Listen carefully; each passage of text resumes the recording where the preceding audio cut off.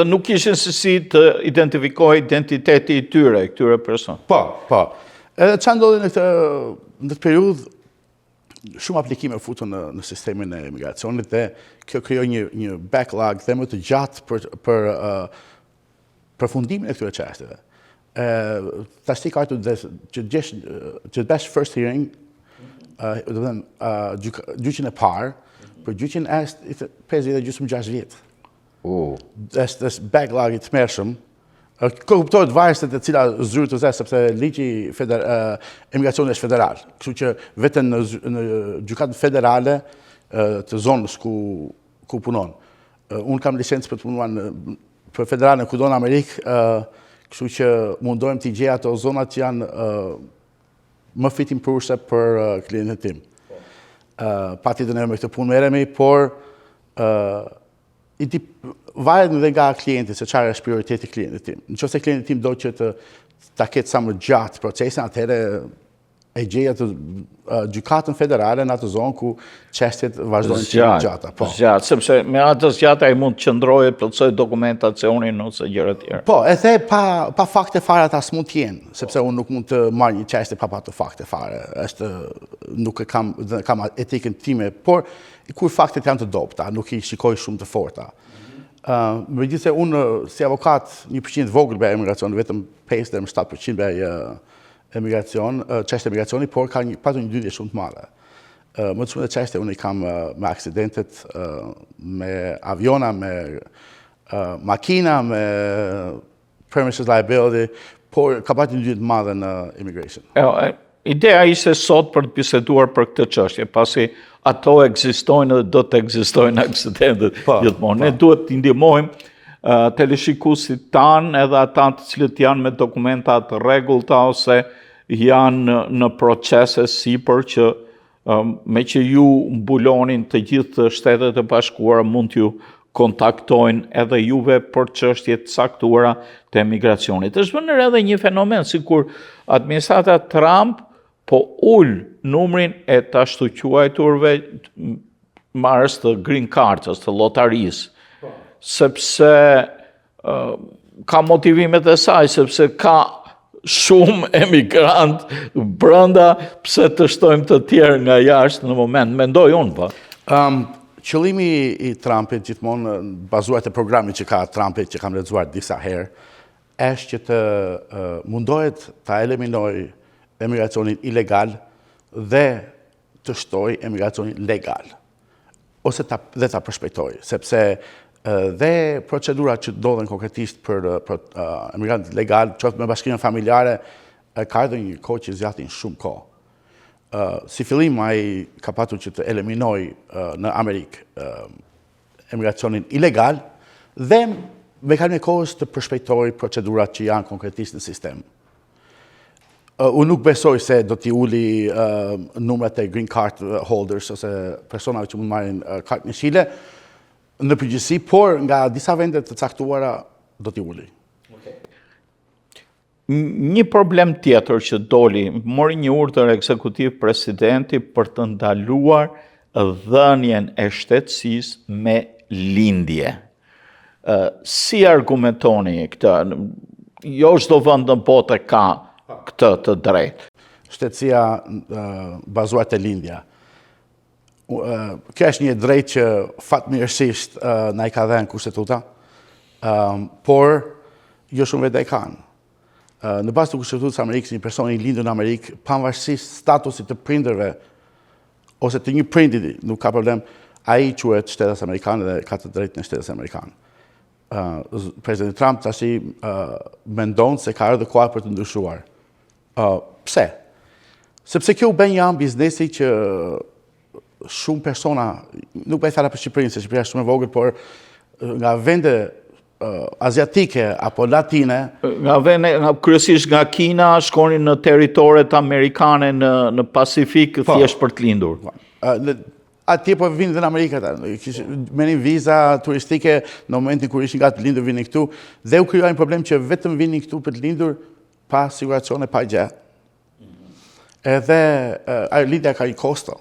Ka rreth $20,000 diçka. Është tepër madhe tash, shumë herë më madhe Dhe kjo bare i binte taksa paguesve të Amerikës, sepse nga taksa tona do dilin pagues në ato.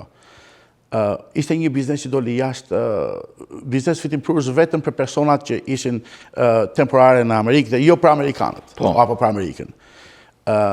Në mënyrë që të uleshin këto probleme të mëdha, Trumpi e ka në agjenë ti për te që po unë besoj se nuk do të realizohet. Do të sepse është një drejt që na jep kushtetuta, ndryshimi i kushtetutës është tepër i gjatë, që duhet ta kalojnë çdo shtet, me duhet shtetet ta kalojnë në Kongres e kështu me radhë, nuk besoj se të arrijë kësaj ideje. Të ndalemi tash me që përmendët Kongresin për luftën politike që po zhvillohet aktualisht në lidhje me problemet e emigracionit, me deportimet që ka bërë administrata, me rolin e ICE, me rolin e të ashtu quajturave shtete apo qytete të cilët kanë status të veçantë për emigracionin, jo shumë larg, një nga përfaqësuesit, një senator, shkoi madje në El Salvador, në shtetin e Salvadorit, në të famshmin apo famkeqin burg atje ku mbahen të burgosurit e M13 ose Tren de Aragua, për të ndihmuar Kilmar Albergo Gonzales, një i burgosur me shtetësi ilegal në Shtetet e Bashkuara, antari M13 thuhet, me procedura penale në Shtetet e Bashkuara disa herë për problematikat ndryshme, madje dhe me procese nga e shoqja për të qëndruar larg familjes në mbrojtje. Si e shihni këtë angazhim të majtës që shkojnë me grupe me avion dhe kanë gjetur si hero të ditës jo një njeri të zakonshëm që mund të punonte si lulishtar, por kanë gjetur një kriminal për ta mbrojtur në emër të kujt? Problemi është percepcioni.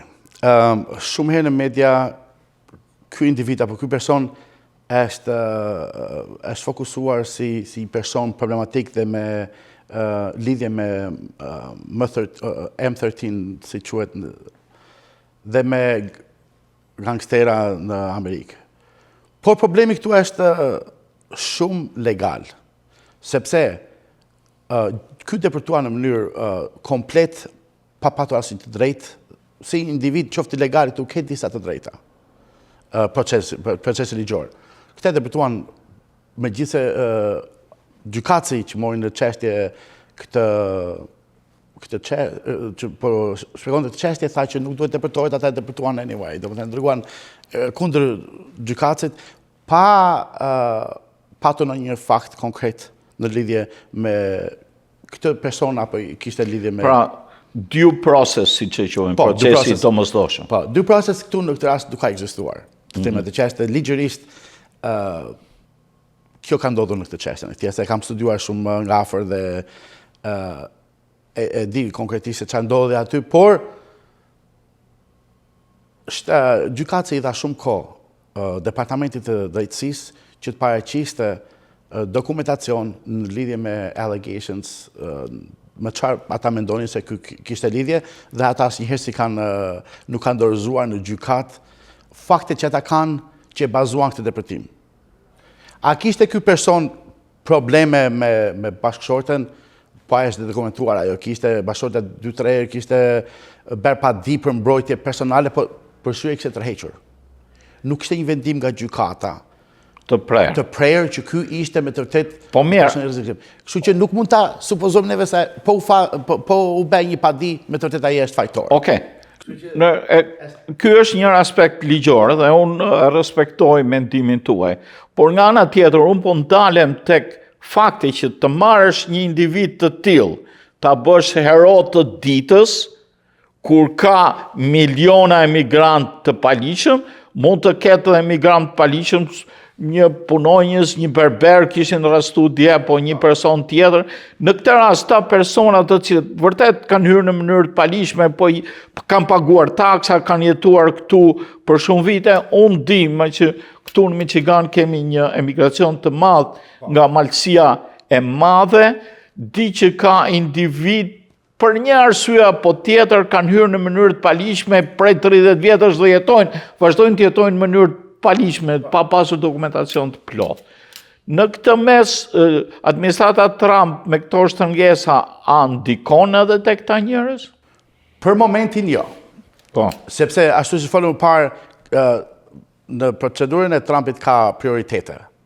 Prioriteti parë është ata që kanë patur probleme ilegale, probleme kriminale në Amerikë, pastaj probleme kriminale jashtë në vendin e tyre dhe pastaj vinë të tjerat. Me kapën e kohës dhe mund të kemë probleme. Ata nuk kanë të mbrojtur se përderisa nuk janë një statusit këtu, ata nuk duhet të jenë këtu. Kështu që më vonë edhe mund të kemë, po për momentin tash si fillim nuk do kemë probleme ata. Dhe kur je ilegal, ke disa të drejta, megjithëse nuk duhet të jesh në këtë vend, po përsëri ke disa të drejta si due process. Më kupton? Kështu që dhe ata persona, qoftë shqiptar apo që janë ilegal këtu, kanë disa të drejta. Dhe në qësë ata nuk e din të drejta tyre, atëherë patjetër prandaj jemi këtu për t'i informuar, jam i gatshëm për t'i bërë të ditur se çfarë drejtash kanë ata.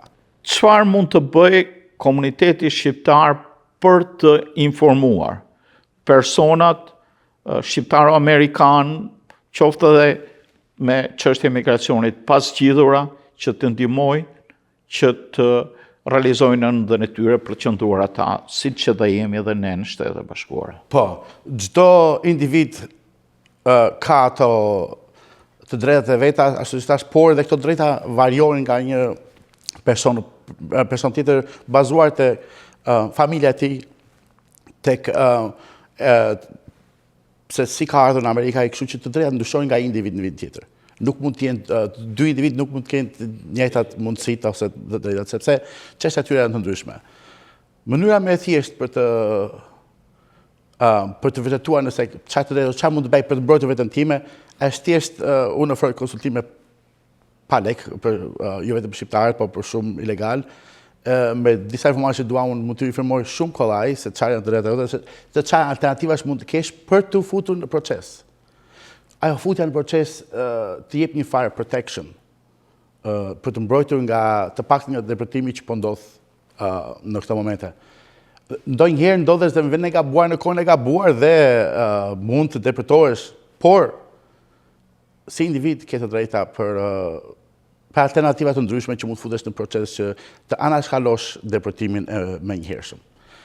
Është e nevojshme, a shihni ju të nevojshme që si komunitet për shembull të organizohen kurse për mësimin e gjuhës angleze, ku do vi çështja e shtetësisë, ta persona do provohen në gjuhën angleze, apo kurse apo OJQ të ndryshme në drejtim të asaj që ju thatë që i jepni ndihmë falas, që t'ju japin një ndihmë ligjore falas të gjithë emigrantëve shqiptar. Në kohën ku jetojmë sot është shumë e kollajt për të gjetur drejtime apo për të mësuar gjuhën angleze, për të evaluar në një shoqëri. Mjafton të kesh vullnetin, çdo individ ka vullnetin dhe shumë thjesht vetëm me anë të internetit mund të mësosh gjuhën angleze. Gjithsesi, unë e di për shembull në zonën e Philadelphias, New Jersey, New York, janë disa organizata që ofrojnë kurse anglishte falas. Kam marrëdhënie me disa prej tyre dhe patjetër mund të orientoj çdo shqiptar që ka nevoja, po ka e shumë të arsyeshme që do ta ndihmoj ata në mësimin e gjuhës angleze.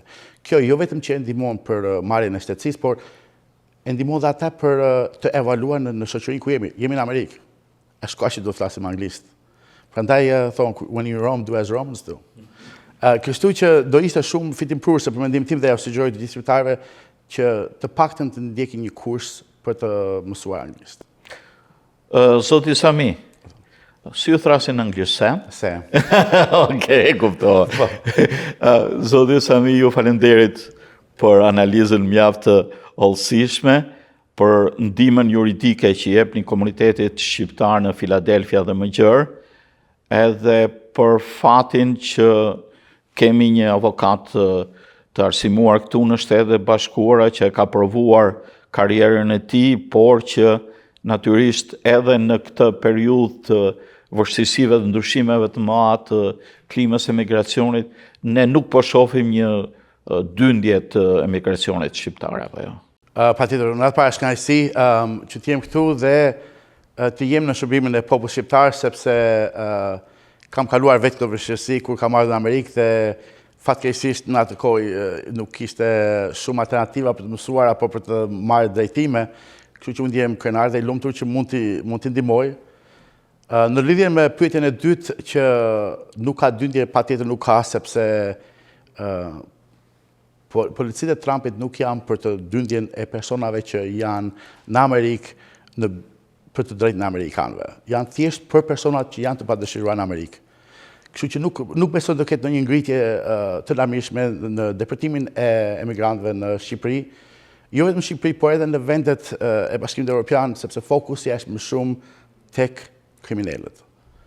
Kështu që i drejtojmë popullit shqiptar të mos bëjmë panik, sepse nuk ka ndodhur në një ngjarje e jashtëzakonshme, kjo pritesh, dhe nuk besoj se janë të fokusuar aq shumë tek personat që vazhdojnë punën, paguajnë taksat në Amerikë, por është më shumë e fokusuar tek kriminalët dhe të njerëzit e padëshiruar që nuk duhet jenë në Amerikë radh parë dhe nuk duhet mbahen me këto.